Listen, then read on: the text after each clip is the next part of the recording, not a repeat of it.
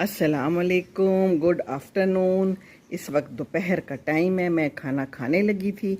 मैंने सोचा कि आपको भी दिखा दूं कि मैं क्या खाने लगी हूं।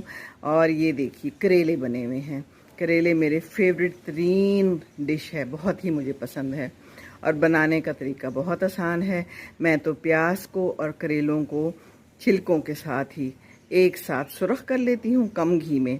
उसमें डाले टमाटर बाद में, और उसके अंदर नमक मिर्च और बस जो कुछ डालना है डाल दें।